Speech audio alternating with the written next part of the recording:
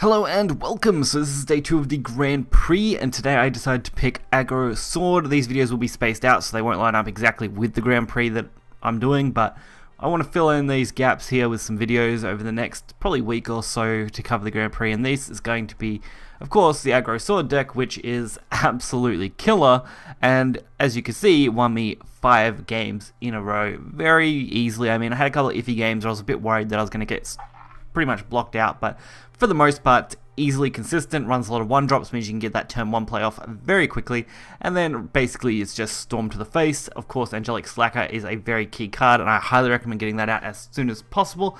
So we're going to get right into this and check it out. So I don't know if we're going to look at absolutely every single game out of these 5, but we're definitely going to take a look at whatever we have enough time for, since this is a reasonably aggressive deck. Games do go very quickly, so we may be able to cover all 5. We'll just wait and see. I like to keep my videos around that 10-minute mark, as that seems to be the best for the engagement. But hopefully we'll be able to fit it all in. So Sealed Tomb is quite nice. Definitely a good play on their part. Low cost, very easy.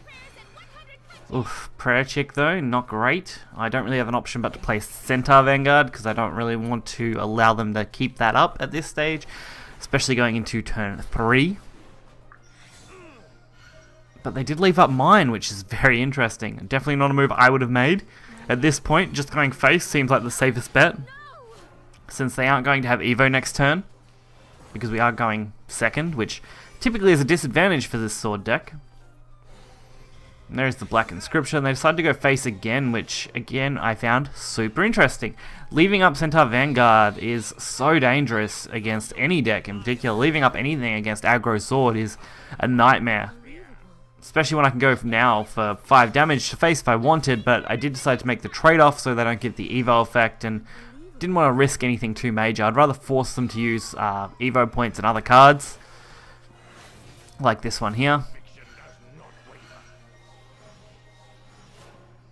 So they are healing very well. This is probably the only disadvantage I've got.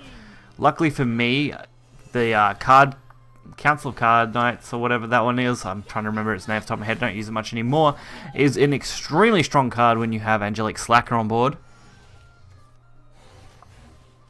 Mori Ikrium, double Mori Ikrium, impressive. And a black inscription. But they are going to have to leave stuff up, which is, again, the worst thing you can possibly do against this deck. And since we can go for round table, we can actually deal some massive amount of damage this turn. We're going to go for 12. Meaning that all we need to do is keep the Angelic Slacker up and not allow them to have ward. Then we can win with Albert, and that'll be the first game to us. And that looks good. It doesn't look like they're going to take everything out here, so they're only going to take out all the followers they possibly can, but they're not going to be able to hit the Angelic Slacker, since they didn't get that random target. So lucky for us, Albert. We also end up with Card Council again, which honestly probably would have bought us enough time to win either way, but Albert's a straight up win condition. For our next game, we are up against a Blood, in particular Neutral Blood, which again is the probably most common matchup you'll have overall, although I think since everyone's kind of got it out of their system on day 1, they're experimenting with other decks, because we did only go up against one of these for this 5 run. Although I do find that Aggro Sword typically has a massive advantage against Neutral Blood most of the time.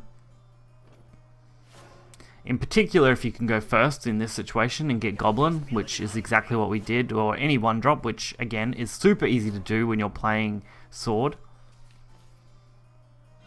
But we did start off really respectively. A really nice curve out right to 5, which is exactly what you want. Although the Blood player did do fairly well themselves, having Tove on 2. And then a Goblin Leader on 3, as you're going to see here, which is an extremely respectable play. The only real advantage was that they had to trade off. But we can go for our own Angelic Slacker, go for 5 damage this turn, leave them on 5, 8, yeah, 8's pretty good. So if we can stick one card to this board this turn, we could win. I don't see that happening because they're probably going to use this Wonderland to trade. And double Wonderland could be a potential problem because of the current board. So we do want to at least take out the biggest one, the 5/4 here. So the Evo on the Spade Raider is a good option.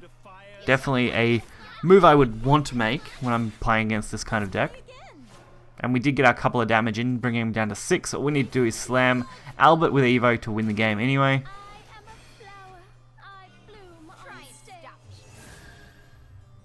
Which should be more than enough. So I'm very glad that I went for that counterplay, since now the Albert play will just straight up win us the game. There was a few other cards that could possibly win games in this situation, but Albert was definitely probably the best. So the next game is Sword versus Sword. I don't usually commentate all these Grand Prix, but because this is an exception with the Legacy Cup, it's definitely a nice thing to do. I do, again, plan to have a few more of these leading up to the expansion. We may actually have a few double up days if I end up with too many videos planned before then. But I believe we should have plenty of room to fit these videos in nicely, spread out through the next week to 2 weeks before the expansion comes out. I mean, we've got about a week and a half left, so that'll be nice. Bladed Hedgehog. They obviously got the better start with massive amount of 1-drops.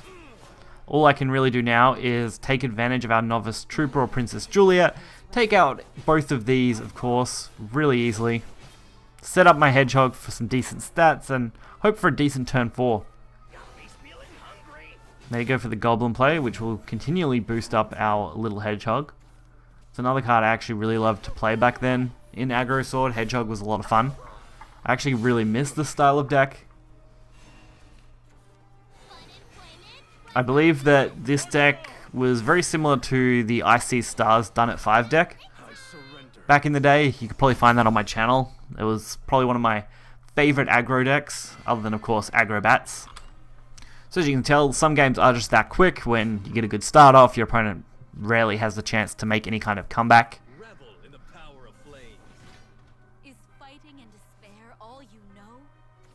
So Sword versus Haven again. No real surprise because people are playing Haven to counter both the aggro and the neutral blood, as it does tend to actually work out fairly well in both situations from what I've seen from some professional or more professional players. Goblin, not a bad turn 1.